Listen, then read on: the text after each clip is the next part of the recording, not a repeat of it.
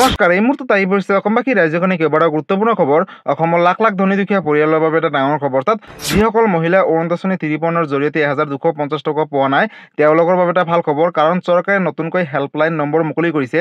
এই হেল্পলাইন নম্বৰত আপোনালোকে অভিযোগ দিলে লাভ কৰিব 1250 টকা। লগতে ৰেচন কাৰ্ডত নাম থাকিলে সুখবৰ, কাৰণ ৰেচন কাৰ্ড থাকিলে অকল বিনামূলীয়া চাউলে নহয়, তাৰ উপৰিও নতুনকৈ 4 বিধকৈ সামগ্ৰী লাভ কৰিব। কি কি সামগ্ৰী লাভ কৰিব সবিশেষ জানিব। আৰু PM কিষাণ যোজনা 21 নম্বৰ কিস্তিজনক লৈ নতুন এটা আপডেট আহিছে। অৰ্থাৎ কি আপডেট কেনেকৈ জানিব সবিশেষ জানিব এইটো ভিডিঅ'ৰ মাধ্যমত। গতিকে ভিডিঅ'টো সম্পূৰ্ণকৈ চাওক আৰু ভালদৰে বুজি লওক। তো বলক ভিডিঅ'টো আৰম্ভ কৰোঁ। আৰু আজিৰ প্ৰথমটো খবৰ হৈছে ৰাজ্যৰ লাখ লাখ মহিলাৰ বাবে এটা ডাঙৰ খবৰ। অৰ্থাৎ যিসকল মহিলাই অৰুণোদয় 53ৰ জৰিয়তে 1250 টকা এতিয়ালৈকে পোৱা নাই, তেওঁলোকে কি কৰিলে লাভ কৰিব 1250 টকাৰ। লগতে মুখ্যমন্ত্ৰী ডক্টৰ হিমন্ত বিশ্ব শৰ্মাই অৰুণোদয় 53ক লৈ কৰিলে বৃহৎ ঘোষণা। গতিকে নতুন এটা আপডেট আহিছে। পোনপ্ৰথমতে আপডেটটো এবাৰ চাই লওক। আপোনাৰ একাউণ্টত সোমালেনে অৰুণোদয় ধন 1250 টকা? অৰুণোদয় ধন নোপোৱাসকলে ক'ত কেনেকৈ কৰিব অভিযোগ? আপোনাৰ একাউণ্টত সোমালেনে অৰুণোদয় 53ৰ জৰিয়তে 1250 টকা? যদিহে সোমোৱা নাই তেন্তে দিয়ক অভিযোগ, কাৰণ এটা অভিযোগৰ পিছতে লাভ কৰিব 1250 টকা। চৰকাৰে মুকলি কৰিছে এটা ফোন নম্বৰ, আৰু এই ফোন নম্বৰত অভিযোগ দিলে লাভ কৰিব 1250 টকা। ৰাজ্যৰ 30 লাখ মহিলাই অৰুণোদয় 53ৰ জৰিয়তে ধন লাভ কৰিলে। ইতিমধ্যে জীৱিকা সখী, বেংক সখীকো দিয়া হৈছে অৰুণোদয় 53ৰ সুবিধা। প্ৰতি মাহে লাভ কৰিব 1250 টকাকৈ প্ৰতিগৰাকী মহিলাই বুলি ঘোষণা কৰিছে। লগতে ধন জমা নহ'লে আপুনি দিব পাৰিব এতিয়াৰ পৰা অভিযোগ, কাৰণ চৰকাৰে ফোন নম্বৰ মুকলি কৰিছে। অভিযোগৰ দিয়াৰ বাবে চৰকাৰে মুকলি কৰিছে এটা হেল্পলাইন নম্বৰ। হেল্পলাইন নম্বৰটো হৈছে 0361223754। এই নম্বৰত আপোনালোকে অভিযোগ দিব পাৰিব। সমগ্ৰ অসমৰ 30 লাখ হিতাধিকাৰীসকলে লাভ কৰিছে 1250 টকাকৈ। মুখ্যমন্ত্ৰী ডক্টৰ হিমন্ত বিশ্ব শৰ্মাই বৃহৎ মন্তব্য কৰিলে। অৰ্থাৎ যিসকলে ধন পোৱা নাই তেওঁলোকৰ বাবে এটা ডাঙৰ খবৰ। আপোনাৰ একাউণ্টত সোমালেনে অৰুণোদয় 53ৰ জৰিয়তে 1250 টকা? যদিহে সোমোৱা নাই তেন্তে আপোনালোকে অতি শীঘ্ৰেই দিয়ক অভিযোগ। ইতিমধ্যে চৰকাৰে এটা বিশেষ হেল্পলাইন নম্বৰ মুকলি কৰিছে, আৰু এই ফোন নম্বৰটোৰ সৈতে আপোনালোকে যোগাযোগ কৰি জানিব পাৰিব যে আপোনালোকে অৰুণোদয় 53ৰ জৰিয়তে 1250 টকা কিয় পোৱা নাই।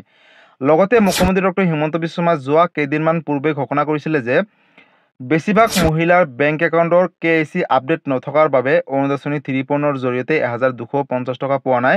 আৰু কিছুমান মহিলাৰ হয়তো বেংকৰ DVD লিংক নাই, অৰ্থাৎ বেংকৰ লগত আধাৰ কাৰ্ড লিংক নথকাৰ বাবে তেওঁলোকৰ এই টকাটোৰ পৰা বঞ্চিত হৈ আছে।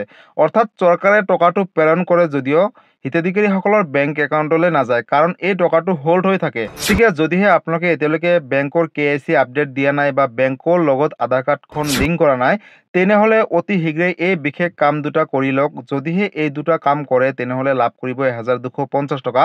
লগতে বহু মহিলাৰ মোবাইল নম্বৰটো এক্টিভ নাথাকে, যাৰ বাবে তেওঁলোকেও এই টকাসমূহৰ পৰা বঞ্চিত হৈ থাকে।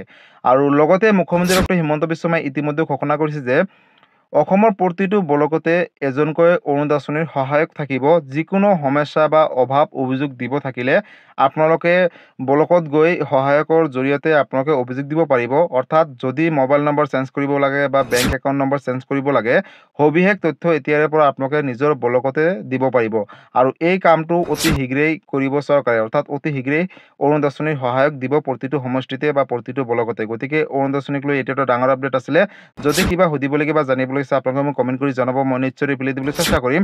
লগতে এই ভিডিঅ'টো সকলো মহিলাৰ মাজলৈ শ্বেয়াৰ কৰি দিব, যাতে এই ভিডিঅ'টো চাই সকলোৱে অৰুণোদয় 53ৰ এই আপডেটটো জানিব পাৰে। আৰু আজিৰ পৰৱৰ্তী খবৰটো হৈছে ৰাজ্যবাসীৰ বাবে আন এটা ডাঙৰ খবৰ। অৰ্থাৎ ৰেচন কাৰ্ডত নাম থাকিলে সুখবৰ, কাৰণ ৰেচন কাৰ্ডত নাম থাকিলে অকল বিনামূলীয়া চাউলে নহয়, তাৰ উপৰিও কেইবাটা সামগ্ৰী লাভ কৰিব। আপডেটটো চাই লওক।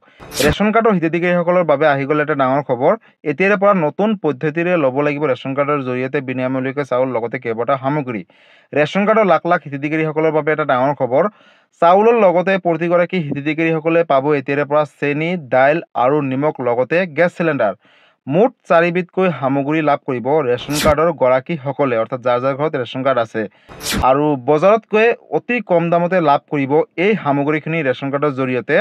প্ৰতি কেজি চেনি লাভ কৰিব মাত্ৰ 38 টকাত বুলি ঘোষণা কৰিছে। লগতে প্ৰতি কেজি মচুৰ দাইল লাভ কৰিব মাত্ৰ 69 টকাত, যদিহে আপোনালোকৰ ঘৰত ৰেচন কাৰ্ড থাকে।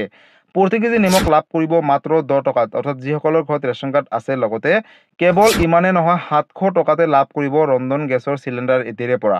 ইয়াৰ উপৰিও যদিহে আপোনাৰ উজ্বলা গেছ কানেকশ্যন আছে তেনেহ'লে মাত্ৰ 250 টকাতে পাব চিলিণ্ডাৰ।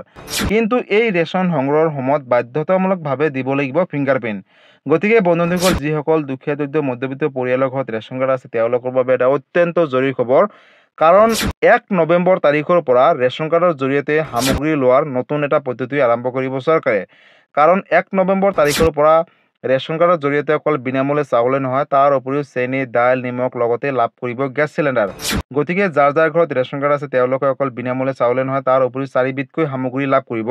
তাৰ বাবে ৰেচন কাৰ্ড থকাটো বাধ্যতামূলক। আৰু ইতিমধ্যে আপোনালোকে সকলোৱে জানে যে ৰেচন কাৰ্ডত নাম থাকিলে অকল বিনামূল্যে চাউলে নহয় বা বিনামূলীয়া সামগ্ৰী নহয়, তাৰ উপৰি ইতিমধ্যে চৰকাৰে কেইবাটাও উচ্চ অভিলাষী আঁচনি আৰম্ভ কৰিছে। গতিকে যদিহে আপোনালোকৰ ঘৰত ৰেচন কাৰ্ড আছে তেনেহ'লে আপোনালোকে অকল বিনামূল্যে চাউলে নহয়, তাৰ উপৰিও কেইবাটাও আঁচনিৰ সা সুবিধা লাভ কৰিব। গতিকে কি আঁচনি কেনেকৈ আবেদন কৰিব লাগিব ইতিমধ্যে মই কেইবাটাও ভিডিঅ' বনাই থৈছোঁ, আপোনালোকে সেই ভিডিঅ'খিনি চাই ল'ব। আৰু তাতে আপোনালোকে নতুন কেইবাটাও আঁচনিৰ বিষয়ে জানিব পাৰিব, লগতে আঁচনিকেইটাৰ লাভালাভসমূহো ল'ব পাৰিব। গতিকে ৰেচন কাৰ্ডক লৈ এইটো এটা ডাঙৰ আপডেট আছিলে। এই ভিডিঅ'টো সকলো ৰেচন কাৰ্ডৰ গৰাকীসকলৰ মাজলৈ শ্বেয়াৰ কৰি দিব। আৰু আজিৰ পৰৱৰ্তী খবৰটো হৈছে ৰাজ্যবাসীৰ বাবে আন এটা ডাঙৰ খবৰ, অৰ্থাৎ PM কিষাণ যোজনাৰ 21 নম্বৰ কিস্তিৰ ধনক লৈ। বন্ধুসকল, ইতিমধ্যে আপোনালোকে সকলোৱে জানে যে যোৱা 2 আগষ্ট তাৰিখে PM কিষাণ যোজনাৰ অধীনত 20 নম্বৰ কিস্তিৰ ধন প্ৰদান কৰিছিলে প্ৰধানমন্ত্ৰী নৰেন্দ্ৰ মোদী ডাঙৰীয়াই বানাৰসীৰ পৰা। কিন্তু এতিয়া আহিবলগীয়া 21 নম্বৰ কিস্তিৰ ধনক লৈ এটা ডাঙৰ আপডেট আহিছে যে লাখ লাখ কৃষকে 21 নম্বৰ কিস্তিৰ ধন 2000 টকা নাপায়। কাৰণ বহু কৃষকৰ এতিয়ালৈকে KYC আপডেট হোৱা নাই বা EKYC আপডেট হোৱা নাই, তাৰ বাবে তেওঁলোকে বঞ্চিত হৈ থাকিব। আৰু চৰকাৰে ইতিমধ্যে কেবিনেটত ঘোষণা কৰিছে যে আহিবলগীয়া সময়ত PM কিষাণ যোজনাৰ টকাটো বৃদ্ধি কৰিব, অৰ্থাৎ বছৰি 12,000 টকালৈ বৃদ্ধি কৰিব বুলি। কিন্তু এই বছৰত নকৰে, অহা বছৰতহে কৰিব। আৰু এতিয়ালৈকে অফিচিয়েলভাৱে কোনো ধৰণৰ ঘোষণা কৰা নাই যে কেতিয়া কৰিব। হয়তো অহা বছৰত 6,000 টকাৰ জেগাত বছৰি 12,000 টকা লাভ কৰিব। লগতে বন্ধুসকল, যদিহে আপোনালোকে 21 নম্বৰ কিস্তিখন লাভ কৰিম বুলি ভাবিছে তেনেহ'লে পোনপ্ৰথমতে আপোনালোকে বেংক একাউণ্টটো ঠিক কৰি ৰাখিব। কাৰণ এই টকাসমূহ যিহেতু বেংকত ডাইৰেক্ট ট্ৰান্সফাৰ কৰে, তাৰ মানে DBT লিংক। যদি DBT লিংক কৰা নাই তেনেহ'লে IPB ইণ্ডিয়ান পোষ্ট পে'মেণ্ট বেংকত এটা একাউণ্ট খুলি ল'ব। আৰু তাতে কিন্তু PM কিষাণ যোজনাৰ 2000 টকা 21 নম্বৰ কিস্তিখন সোমাব। আৰু যিসকলে 20 নম্বৰ কিস্তিখনৰ পৰা বঞ্চিত হৈ আছিলে তেওঁলোকৰ যদি দুটা কিস্তি থাকে তেনেহ'লে তেওঁলোকে লাভ কৰিব 4000 টকা। লগতে EKYC কৰিব হ'লে নিজৰ মোবাইলত অসুবিধা হ'ব। তাৰ বাবে আপোনালোকে ওচৰ চুবুৰীয়া CSC চেণ্টাৰ দোকানৰ সৈতে যোগাযোগ কৰি আপোনালোকে EKYC বায়'মেট্ৰিকখিনি আপডেট দিব পাৰিব। লগতে বন্ধুসকল, ইতিমধ্যে চৰকাৰে নতুন এখন লিষ্ট প্ৰকাশ কৰিছে PM কিষাণ যোজনাক লৈ। আৰু লিষ্টখনত আপোনালোকৰ নাম থাকিলেহে লাভ কৰিব 2000 টকা। আৰু লিষ্টখন কেনেকৈ চেক কৰিব ইতিমধ্যে মই এটা ভিডিঅ' বনাই থৈছোঁ। আপোনালোকে যদিহে সেই ভিডিঅ'টো চোৱা নাই তেনেহ'লে সেই ভিডিঅ'টো চাই লওক। কাৰণ সেই ভিডিঅ'টো চাই যদিহে আপোনালোকৰ লিষ্টখনত নাম থাকে তেনেহ'লে লাভ কৰিব 2000 টকা। আৰু লিষ্টখন চাবলৈ আপোনালোকে নিজৰ মোবাইলতে পাৰিব। pmkishan.government.in অফিচিয়েল ৱেবছাইট হয়, আপোনালোকে গুগলত চাৰ্চ কৰি ল'ব। তাতে ক্লিক কৰাৰ পিছত অফিচিয়েল ৱেবছাইট খোল খাব, তললৈ স্ক্ৰল ডাউন কৰি বেনিফিচিয়াৰী লিষ্ট পাব। তাৰ ওপৰত চিম্পলি ক্লিক কৰিব। ক্লিক কৰাৰ পিছতে আপোনালোকে ষ্টেট চিলেক্ট কৰিব, ডিষ্ট্ৰিক্ট, তাৰপিছত আপোনাৰ ভিলেজ চিলেক্ট কৰাৰ পিছত ব্লক চিলেক্ট কৰাৰ পিছতে কিন্তু আপোনালোকে লিষ্টখন আপোনালোকৰ সন্মুখত আহি যাব। অৰ্থাৎ গেট ৰিপৰ্টৰ ওপৰত ক্লিক কৰিলে আপোনালোকে লিষ্টখন চাব পাৰিব। আৰু যদি সেই লিষ্টখনত আপোনালোকৰ নাম থাকে তেনেহ'লে কোনো ধৰণৰ চিন্তা কৰিব নালাগে। আপোনালোকে জাষ্ট EKYC কৰি ৰাখক, বেংকৰ লগত আধাৰ কাৰ্ড লিংক ৰাখক। আৰু এই সবিশেষ কামখিনি কৰাৰ লগে লগে কিন্তু 21 নম্বৰ কিস্তিখন দীপাৱলীৰ আগতে দিয়াৰ কথা আছে। যদি দিয়ে তেনেহ'লে আপোনালোকে লাভ কৰিব। আৰু চৰকাৰে এইকেইদিনতে ঘোষণা কৰিব যে 21 নম্বৰ কিস্তিখন কেতিয়া প্ৰদান কৰিব। অৰ্থাৎ ডেট ঘোষণা কৰাৰ লগালগ এটা মই ভিডিঅ' বনাই আপলোড কৰিম, আপোনালোকে সেই ভিডিঅ'সমূহ চাই ল'ব। লগতে PM কিষাণ যোজনাক লৈ যদি কিবা সুধিবলগীয়া বা জানিবলগীয়া আছে আপোনালোকে মোক কমেণ্ট কৰি জনাব, মই নিশ্চয় ৰিপ্লাই দিবলৈ চেষ্টা কৰিম। গতিকে বন্ধুসকল, আজি আছিলে এইটো এটা ইনফৰ্মেটিভ ভিডিঅ' আৰু গুৰুত্বপূৰ্ণ খবৰ। ভিডিঅ'টো চাই কেনেকুৱা পালে, যদি ভাল পালে চেনেলটোত নতুনকৈ আহিছে চেনেলটো ছাবস্ক্ৰাইব কৰিব, লাইক কৰিব। কিবা সুধিবলগীয়া বা বিশেষ জানিবলগীয়া আছে আপোনালোকে মোক কমেণ্ট কৰি জনাব, মই নিশ্চয় ৰিপ্লাই দিবলৈ চেষ্টা কৰিম।